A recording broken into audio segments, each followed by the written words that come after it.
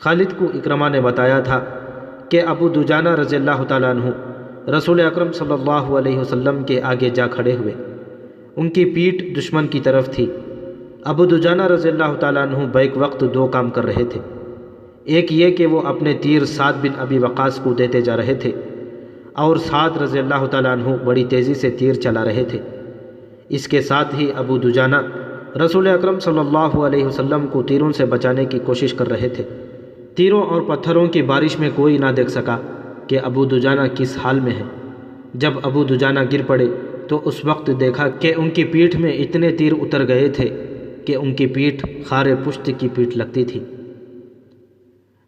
رسول اکرم صلی اللہ علیہ وسلم کو بچانے کے لیے آپ کے کئی ساتھیوں نے جان دے دی، لیکن اکرمہ اور اس کے گھوڑ سواروں اور پیادوں پر اتنی دہشت طاری ہو چکی تھی کہ وہ پیچھے ہٹ گئے۔ قریش تھک بھی گئے تھے۔ رسول کریم صلی اللہ علیہ وسلم نے اپنے ساتھیوں کا جائزہ لیا۔ ہر طرف خون ہی خون تھا، لیکن زخمیوں کو اٹھانے اور مرہم پٹی کرنے کا موقع نہ تھا۔ دشمن ایک اور حلہ بولنے کے لیے پیچھے ہٹا تھا۔ مجھے قریش کے ایک اور آدمی کا انتظار ہے، رسول اکرم صلی اللہ علیہ وسلم نے اپنے ساتھیوں سے کہا۔ کون ہے وہ یا رسول اللہ صلی اللہ علیہ وسلم؟ آپ کے ایک صحابی نے پوچھا۔ کیا وہ ہماری مدد کو آ رہا ہے؟ نہیں، آپ صلی اللہ علیہ وسلم نے فرمایا، وہ مجھے قتل کرنے آئے گا، اسے اب تک آ جانا چاہیے تھا۔ لیکن وہ ہے کون؟ ابی بن خلف، آپ صلی اللہ علیہ وسلم نے فرمایا۔ ابی بن خلف رسول اکرم صلی اللہ علیہ وسلم کے کٹر مخالفین میں سے تھا۔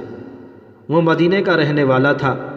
اسے جب پتہ چلا کہ رسول اللہ صلی اللہ علیہ وسلم نے نبوت کا دعویٰ کیا ہے تو ایک روز وہ آپ صلی اللہ علیہ وسلم کے پاس آیا اور اس نے آپ کا مذاق اڑایا۔ آپ نے تحمل اور بردباری سے اسے اسلام قبول کرنے کی دعوت دی۔ کیا تم مجھے اتنا کمزور سمجھتے ہو کہ میں تمہارے اس بے بنیاد عقیدے کو قبول کر لوں گا؟ ابی بن خلف نے گستاخانہ لہجے میں کہا تھا، میری بات غور سے سن لے محمد، کسی روز میرا گھوڑا دیکھ لینا، اسے میں اس وقت کے لیے موٹا تازہ کر رہا ہوں جب تم قریش کو پھر کبھی جنگ کے لیے للکارو گے۔ اب بدر کے خواب دیکھنے چھوڑ دو، میں اسی گھوڑے پر سوار ہوں گا اور تم مجھے میدان جنگ میں اپنے سامنے دیکھو گے، اور میں اپنے دیوتاؤں کی قسم کھا کر کہتا ہوں کہ تمہیں اپنے ہاتھوں قتل کروں گا۔ ابی، رسول خدا صلی اللہ علیہ وسلم نے مسکرا کر کہا تھا، زندگی اور موت اس اللہ کے اختیار میں ہے جس نے مجھے نبوت عطا فرمائی ہے اور مجھے گمراہ لوگوں کو سیدھے راستے پر لانے کا فرض سونپا ہے۔ ایسی بات منہ سے نہ نکالو جسے میرے اللہ کے سوا کوئی بھی پورا نہ کر سکے۔ یوں بھی تو ہو سکتا ہے کہ تم مجھے قتل کرنے آؤ اور تم میرے ہاتھوں قتل ہو جاؤ۔ ابی بن خلف رسول اللہ صلی اللہ علیہ وسلم کی اس بات پر طنزیہ ہنسی ہنس پڑا اور ہنستا ہوا چلا گیا۔ اب احد کے معرکے میں رسول خدا صلی اللہ علیہ وسلم کو ابی بن خلف یاد آ گیا۔ جو ہی آپ نے اس کا نام لیا تو دور سے ایک گھوڑا سرپٹ دوڑتا آیا۔ سب نے ادھر دیکھا۔ میرے عزیز ساتھیوں، رسول کریم صلی اللہ علیہ وسلم نے اپنے ساتھیوں سے کہا، مجھے کچھ ایسے لگ رہا ہے جیسے یہ سوار جو ہماری طرف بڑھتا آ رہا ہے ابی ہی ہوگا۔ اگر وہ ابی ہی ہوا تو اسے روکنا نہیں، اسے میرے سامنے اور میرے قریب آنے دینا۔ مورخین واقدی، مغازی اور ابن حشام نے لکھا ہے کہ وہ سوار ابی بن خلف ہی تھا۔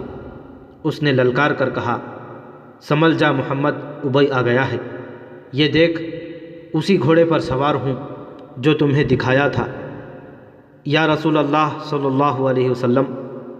رسول خدا صلی اللہ علیہ وسلم کے ساتھیوں میں سے 3-4 نے آگے ہو کر کہا، ہمیں اجازت دیں کہ اسے آپ کے قریب آنے تک ختم کر دیں۔ نہیں، رسول اکرم صلی اللہ علیہ وسلم نے فرمایا، اسے آنے دو، میرے قریب آنے دو، اسے راستہ دے دو۔ رسول کریم صلی اللہ علیہ وسلم کے سر پر زنجیروں والی خود تھی۔ خود کی زنجیریں آپ کے چہرے کے آگے اور دائیں بائیں لٹک رہی تھیں۔ آپ صلی اللہ علیہ وسلم کے ہاتھ میں برچھی تھی اور تلوار نیام میں تھی۔ ابی کا گھوڑا قریب آ گیا تھا۔ آگے آ جا ابی، رسول خدا صلی اللہ علیہ وسلم نے للکار کر کہا، میرے سوا تیرے ساتھ کوئی نہیں لڑے گا۔ ابی بن خلف نے اپنا گھوڑا قریب آ کر روکا اور طنزیہ قہقہا لگایا۔ اسے شاید پورا یقین تھا کہ آپ کو قتل کر دے گا۔ نعوذ باللہ۔ اس کی تلوار ابھی نیام میں تھی۔ آپ اس کے قریب چلے گئے۔ وہ بڑے طاقتور گھوڑے پر تھا اور آپ صلی اللہ علیہ وسلم زمین پر۔ اس نے ابھی تلوار نکالی ہی تھی کہ آپ نے آگے بڑھ کر اور اچھل کر اس پر برچھی کا وار کیا۔ وہ وار بچانے کے لیے ایک طرف کو جھک گیا، لیکن وار خالی نہ گیا۔ آپ صلی اللہ علیہ وسلم کی برچھی کی انی اس کے دائیں کندھے پر ہنسلی کی ہڈی کے نیچے لگی۔ وہ گھوڑے سے گر پڑا اور اس کی پسلی ٹوٹ گئی۔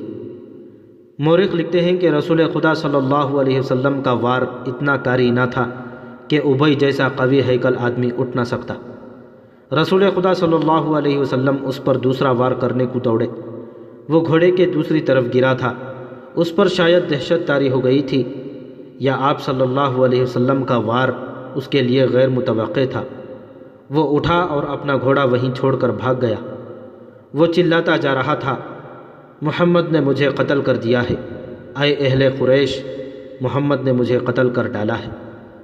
قریش کے کچھ آدمیوں نے اس کے زخم دیکھے تو اسے تسلی دی کہ اسے کسی نے قتل نہیں کیا، زخم بالکل معمولی ہے، لیکن اس پر نہ جانے کیسی کیفیت طاری ہو گئی تھی کہ اس کی زبان سے یہی الفاظ نکلتے تھے، میں زندہ نہیں رہوں گا، محمد نے کہا تھا کہ میں اس کے ہاتھوں قتل ہو جاؤں گا۔ مورخ ابن حشام نے یہاں تک لکھا ہے کہ ابی نے یہ الفاظ بھی کہے تھے کہ اگر محمد مجھ پر صرف تھوک دیتا تو بھی میں زندہ نہ رہ سکتا۔ جب احد کا معرکہ ختم ہو گیا تو ابی قریش کے ساتھ مکے کو روانہ ہوا۔ راستے میں انہوں نے پڑاؤ کیا تو ابی مر گیا۔ خالد کو آج 4 برس بعد وہ وقت کل کی بات کی طرح یاد آ رہا تھا۔ اسے یقین تھا کہ مسلمانوں کو اہل قریش کچل کر رکھ دیں گے، لیکن مسلمان جس طرح جانیں قربان کر رہے تھے اس نے خالد کو پریشان کر دیا۔ یوں لگتا تھا جیسے مسلمان پیادوں سے قریش کے گھوڑے بھی خوفزدہ ہیں۔ خالد نے اپنے گھوڑے کو ایڑ لگائی اور اس خونریز معرکے میں ابو سفیان کو تلاش کرتا اس تک پہنچا۔ کیا ہم مسلمانوں کو فیصلہ کن شکست دینے کے قابل نہیں رہے؟ خالد نے ابو سفیان سے کہا، کیا قریش کی ماؤں کے دودھ ناقص تھے کہ یہ ان مٹھی پر مسلمانوں سے خوفزدہ ہوئے جا رہے ہیں؟ دیکھو خالد، ابو سفیان نے کہا، جب تک محمد ان کے ساتھ ساتھ ہے اور وہ زندہ و سلامت ہے، یہ خون کا آخری قطرہ بہہ جانے تک شکست نہیں کھائیں گے۔ تو یہ فرض مجھے کیوں نہیں سونپ دیتے؟ خالد نے کہا، نہیں۔ ابو سفیان نے کہا، تم اپنے سواروں کے پاس جاؤ، تمہاری قیادت کے بغیر وہ بکھر جائیں گے۔ محمد صلی اللہ علیہ وسلم اور اس کے ساتھیوں پر حملہ کرنے کے لیے میں پیادے بھیج رہا ہوں۔